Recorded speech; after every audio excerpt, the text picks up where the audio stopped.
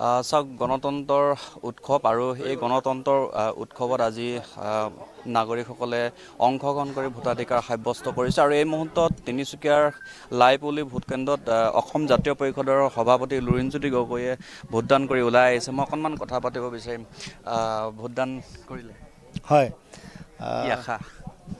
আমি সকলোৱে সপোনৰ যিটো পঞ্চায়তী ৰাজ ব্যৱস্থা সেইটো প্ৰতিষ্ঠা কৰিবৰ কাৰণে আমাৰ যিটো প্ৰয়োজনীয় গণতান্ত্ৰিক দায়িত্ব সেইটো আমি পালন কৰিছোঁ আৰু আমি আশাবাদী যে আমাৰ যি লক্ষ্য যি সপোন গান্ধীজীৰো যিটো সপোন গ্ৰাম স্বৰাজৰ কথা য'ত আছে তেনেকুৱা এটা পঞ্চায়ত বা পঞ্চায়তী ৰাজ ব্যৱস্থা গঢ়ি তুলিবৰ কাৰণে আমি সকলোৱে আশা কৰোঁ আৰু সেইকাৰণে মই ৰাইজকো আজি আহ্বান জনাইছোঁ যাতে সকলোৱে ওলাই আহি দলে বলে ভোটদান কৰে। পঞ্চায়তী ৰাজ ব্যৱস্থা স্বচ্ছ নিকা শক্তিশালী কৰিবৰ কাৰণে বিগত সময়ছোৱাত যিবোৰ দুৰ্নীতি চলি আছে, ভ্ৰষ্টাচাৰ, স্বজন তোষণ, তাৰ বিপৰীতে গাঁৱৰ মানুহৰ প্ৰকৃত উন্নয়ন ঘটাব পৰা ধৰণৰ এটা পঞ্চায়তী ৰাজ ব্যৱস্থা আমি গঢ়ি তুলিব লাগিব আৰু সেইকাৰণে আমাৰ দলৰ ইস্তাহাৰটো আমি কৈছোঁ যে ক্ষমতা অধিক শক্তিশালী কৰা, গাঁৱলৈ ক্ষমতাৰ বিকেন্দ্ৰীকৰণ কৰা, সংবিধানৰ ৭৩ নম্বৰ যিটো সংশোধনী আছে 1992 চনত সেই মৰ্মে অধিক ক্ষমতা দিয়া, বেছি বিষয় গাঁৱত দিয়া, 29টা যিটো বিষয়ৰ কথা উল্লেখ আছে সেই কথাটোৰ আমি পূৰ্ণ সমৰ্থক আৰু গান্ধীজীয়ে যিটো কথা কৈছিল যে উন্নয়ন যদি হয় তৃণমূল পৰ্যায়ৰ পৰা গাঁৱৰ পৰ্যায়ৰ পৰা হ'ব লাগে, গাঁওখনৰ উন্নয়ন হ'লেহে ৰাজ্যখনৰ হ'ব আৰু ৰাজ্যৰ হ'লে দেশৰ হ'ব।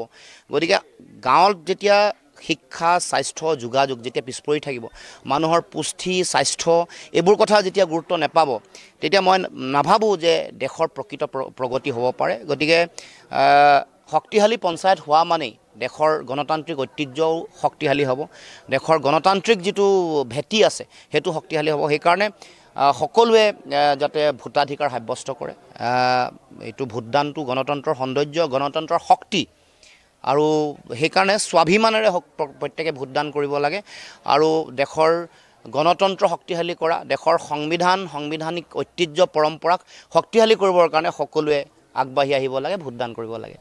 আৰু এটা এবাৰ দেখা পোৱা গ'ল যে পঞ্চায়ত নিৰ্বাচনৰ পূৰ্বে কিন্তু বহু প্ৰাৰ্থীয়ে বিনা প্ৰতিদ্বন্দ্বিতাই এইবাৰ জয়ী হ'ল। এই বিষয়টোৰ ওপৰত কি ক'ব খুজিব? বহুত ঠাইত তেনেকুৱা হৈছে কাৰণ বিজেপিৰ যিটো তেওঁলোকৰ ভয় ভাবুকিৰ ৰাজনীতি আৰু বিশেষকৈ বিষয়াসকলক নিয়ন্ত্ৰণ কৰা তেওঁলোকৰ পৰম্পৰা, তাৰ ফলত বহু জেগাত আমি দেখিছোঁ যে ভয় ভাবুকি প্ৰলোভনৰ কাৰণে বহু মানুহ ক'ৰবাত হয়তো ওলাই অহা নাই, ক'ৰবাত নমিনেশ্যনো কেঞ্চেল হৈছে। এটা গোটেই প্ৰশাসনিক আগতে যিবোৰ ডেম'ক্ৰেটিক ইণ্ডিপেণ্ডেণ্ট ইনষ্টিটিউশ্যন যিবোৰ আছিলে মানে ষ্টেট মেচিনেৰীটো নিজে নিজে চলি থাকে, সেইটোক এতিয়া প্ৰভাৱিত কৰিবৰ কাৰণে তেওঁলোকে বিভিন্ন সময়ত হেঁচা প্ৰয়োগ কৰা আমি দেখিছোঁ। গতিকে ষ্টেট মেচিনেৰী যেতিয়া বাধাগ্ৰস্ত হ'ব, ইয়াৰ অটনমি, ইয়াৰ যিটো স্বতন্ত্ৰতাক যেতিয়া কোনোবাই হাত দিব তেতিয়া এনেকুৱা ঘটনা হোৱাটো স্বাভাৱিক।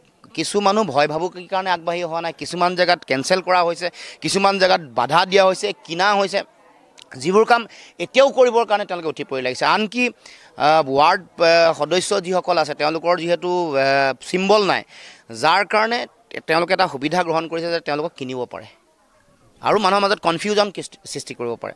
আৰু এটা দেখা গ'ল যে ইয়াত আমি যেতিয়া আহিলোঁ ভোটকেন্দ্ৰটোলৈ, এই যিটো ভোটকেন্দ্ৰত আপুনি ভোটদান কৰিলে কিছু সময় পূৰ্বে, কিন্তু কেইবাগৰাকীও মহিলাই অভিযোগ উত্থাপন কৰিছে যে ইয়াৰ যিসকল পুলিং বিষয়া আছে তেওঁলোকে বিজেপিত ভোট দিবৰ কাৰণে ৰাইজক কৈছে। এই কথাটোক লৈ কি ক'ব খুজিব?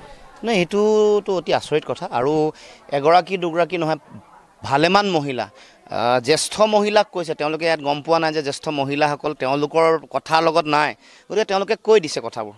তেওঁলোকে ভাবিছিল যে বয়সস্থ মহিলা, তেওঁলোকে নাজানে, গোটেইবোৰ মহিলাই এই কথাবোৰ কৈ দিছে। গতিকে এইটো উচিত কথা নহয় আৰু এই যে হিন্দীভাষী বিষয়া কেইগৰাকী মানে এই কামটো কৰিছে সেইসকলৰ ওপৰত ব্যৱস্থা গ্ৰহণ কৰিব লাগে। আমি উপায়ুক্ত বা ষ্টেট ইলেকশ্যন কমিশ্যনক আমি আহ্বান জনাইছোঁ, এই যিসকল বিষয়া তেওঁলোকৰ স্বতন্ত্ৰতা, তেওঁলোকৰ নিৰপেক্ষতাৰ ওপৰত মানুহৰ প্ৰশ্ন আছে, বিশ্বাসযোগ্যতাৰ প্ৰশ্ন আছে। তেওঁলোক অফিচাৰ, তেওঁলোক বিষয়া নে তেওঁলোক চৰকাৰী বা বিজেপিৰ এজেণ্ট, সেইটো মানুহৰ মাজত সন্দেহ আছে। গতিকে আমি আহ্বান জনাইছোঁ এনেকুৱা কাম যাতে ক'তো নহয়, এতিয়াও বহু সময় আছে, এনেকুৱা ধৰণৰ কাম কাজ বেলেগতো চলিব পাৰে। গতিকে সকলোৱে এইটো দৃষ্টি নিক্ষেপ কৰাটো প্ৰয়োজনীয়তা আছে আৰু আমিও আহ্বান জনাইছোঁ স্বতন্ত্ৰ নিৰপেক্ষ এটা নিৰ্বাচন হ'বলৈ দিব লাগে। আৰু এয়া আছিল লুৰিণজ্যোতি গগৈ আৰু এই মুহূৰ্তত তেওঁ ভোটদান কৰি ওলাই আহিলে আৰু যথেষ্ট এটা গুৰুত্বপূৰ্ণ কথা উল্লেখ কৰিছে। আৰু তিনিচুকীয়া জিলাখনত বৰ্তমান সময়লৈকে শান্তিপ্ৰিয়ভাৱেই ভোটগ্ৰহণ কেন্দ্ৰ চলি আছে।